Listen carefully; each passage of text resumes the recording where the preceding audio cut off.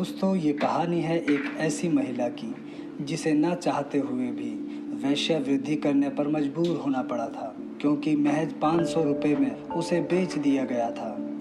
हालांकि उन्होंने अपनी ज़िंदगी में कभी भी हार नहीं मानी और आगे चलकर माफिया क्वीन के नाम से पहचानी गई। जी हाँ दोस्तों, मैं बात कर रहा हूँ गंगूबाई काठियावाड़ी की, जिनकी ज़िंदगी पर आधारित एक बॉलीवुड फिल्म बहुत जल्द रिलीज़ होने वाली है। गंगू हरजीवनदास काठियावाड़ी का जन्म 1939 में गुजरात ज़िले के कठियार में हुआ था। वैसे तो गंगूबाई का जन्म एक ऐसे ख़ानदान में हुआ था जहां पर पैसों की कोई कमी नहीं थी, और इसी वजह से उनके घर वाले भी चाहते थे कि वो किसी अच्छे स्कूल में पढ़ाई करें।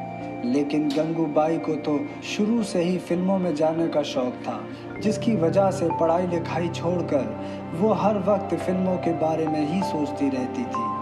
और इसी तरह से ही वक्त बीतता गया, और जब गंगूबाई 16 साल की थी तब उनके पिता के पास अकाउंट का काम करने के लिए लवनीत नाम का एक लड़का आया, जो कि गुजरात आने से पहले मुंबई में रहता था। और फिर गंगूबाई के साथ मिलकर घंटों तक फिल्मी दुनिया के बारे में बातें करता रहता था। और अब गंगूबाई को ऐसा लगता था कि उनके सपनों को अब पंख लग चुके हैं। हालांकि आगे चलकर धीरे धीरे दोनों में दोस्ती गहरी होने लगी, और फिर ये दोस्ती प्यार में कब बदल गई पता ही नहीं चला। लेकिन प्रॉब्लम ये थी कि गंगू के पिता इस रिश्ते से नाखुश थे, और इसी वजह से लवनीत और गंगा ने घर से भागकर शादी करने का फैसला किया। और इसी कड़ी में ही 16 साल की नासमझ गंगा अपने कुछ कपड़े और माँ के गहने लेकर लवनीत के साथ मुंबई आ गई। और दोस्तों, यहीं से शुरू हुई गंगा हरजीवनदास काठियावाड़ी की गंगूबाई बनने की कहानी। दरअसल मुंबई आने के बाद से गंगा के पति लवनीत ने गंगा को सिर्फ 500 रुपये के लिए कोठे पर बेच दिया था, और लवनीत ने ये कहकर गंगा को टैक्सी में बिठाया कि जब तक वो रहने के लिए घर खोजता है तब तक तुम मौसी के वहाँ चली जाओ। हालांकि गंगा तो उस समय तक अनजान थी कि महज 500 रुपये में उसके पति ने उसे बेच दिया है।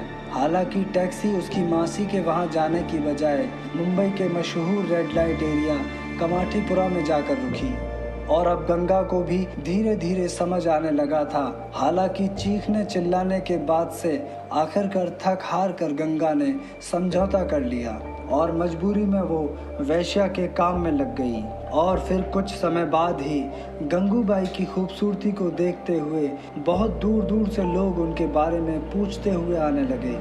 और कुछ इसी तरह से ही एक दिन शौकत खान नाम का एक ग्राहक भी गंगूबाई के कोठे पर आया, और फिर आने के बाद उसने गंगूबाई के शरीर को बुरी तरह से नोच डाला, और फिर आखिर में वो बिना पैसे दिए ही वहाँ से चला गया।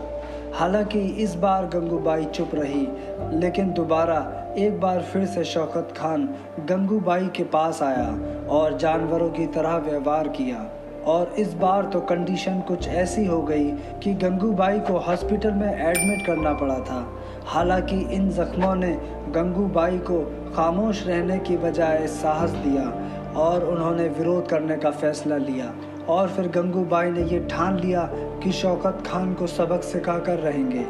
शौकत खान के बारे में पता लगाने की कोशिश की तो पता चला कि शौकत खान उस समय के जाने माने डॉन करीम लाला का आदमी था, और इसी वजह से वो हर किसी के साथ जोर ज़बरदस्ती करता था। लेकिन दोस्तों, गंगूबाई ने भी करीम लाला को अपने साथ हुई आपबीती को बताने का फैसला किया, और इसीलिए गंगूबाई डॉन के घर पहुंच गई।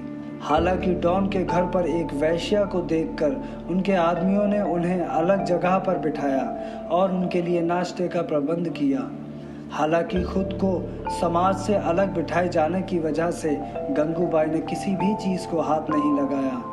और फिर जब करीम लाला आए और गंगूबाई का नाश्ता ऐसे ही रखा देखा तो उनसे फिर से नाश्ता करने के लिए कहा। हालांकि गंगूबाई ने उन्हें उत्तर दिया कि जिस तरह से उनके घर के अंदर आने से आपका घर गंदा हो जाता है, वैसे ही मैं आपके बर्तन को छूकर गंदा नहीं करना चाहती। और फिर यही कहने के बाद से गंगूबाई ने अपनी सारी आप बीती करीम लाला को सुनाई। करीम लाला ने अपने आदमी को गलत पाते हुए उसके ऊपर कार्रवाई की बात की और गंगूबाई से कहा कि आगे से कोई भी आपके साथ ऐसा व्यवहार करे तो मुझे बताना, मैं उसे देख लूँगा। और फिर इतनी सी बात सुनकर गंगूबाई ने रोते हुए अपने बैग से एक धागा निकालकर करीम लाला के हाथों पर बांध दिया और ये कहा कि आज तक किसी भी इंसान ने मुझे इतना सुरक्षित महसूस नहीं कराया और इसी वजह से आप मेरे मुंह बोले भाई हैं। इस बात की खबर समाज में फैली तो गंगूबाई का सिक्का कमाटीपुरा में जमने लगा। लोग अब जान गए थे कि गंगूबाई को परेशान करने का मतलब था मुंबई के डॉन से पंगा लेना। और फिर बीते दिनों के साथ गंगूबाई ने रेड लाइट एरिया के इलेक्शन में खड़े होने का फैसला किया और अपने विनम्र शब्दों की वजह से वो इलेक्शन जीतने में भी सफल हो गई। हालांकि इलेक्शन जीतने के बावजूद गंगूबाई ने कभी भी अपनी ताकत का गलत इस्तेमाल नहीं किया और उन्होंने रेड लाइट एरिया में काम करने वाली सेक्स वर्कर के हित के लिए काफ़ी सारी लड़ाई लड़ी। एक बार तो मुंबई के आज़ाद मैदान में सेक्स वर्कर के हित में गंगूबाई ने ऐसा भाषण दिया था कि उसे सुनकर सबके रोंगटे खड़े हो गए थे।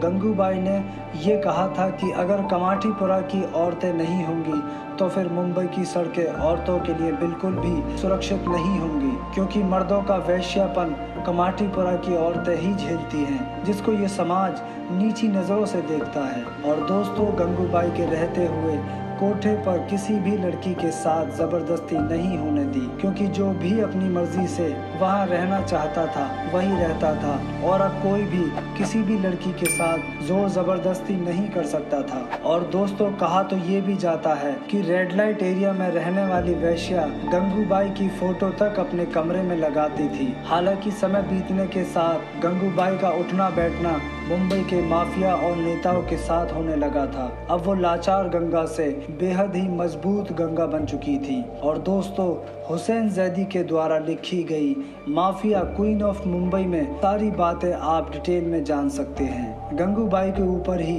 एक बॉलीवुड फिल्म रिलीज होने वाली है जिसका नाम गंगूबाई काठियावाड़ी रखा गया है और ये मूवी 30 जुलाई 2021 को रिलीज होने जा रही है।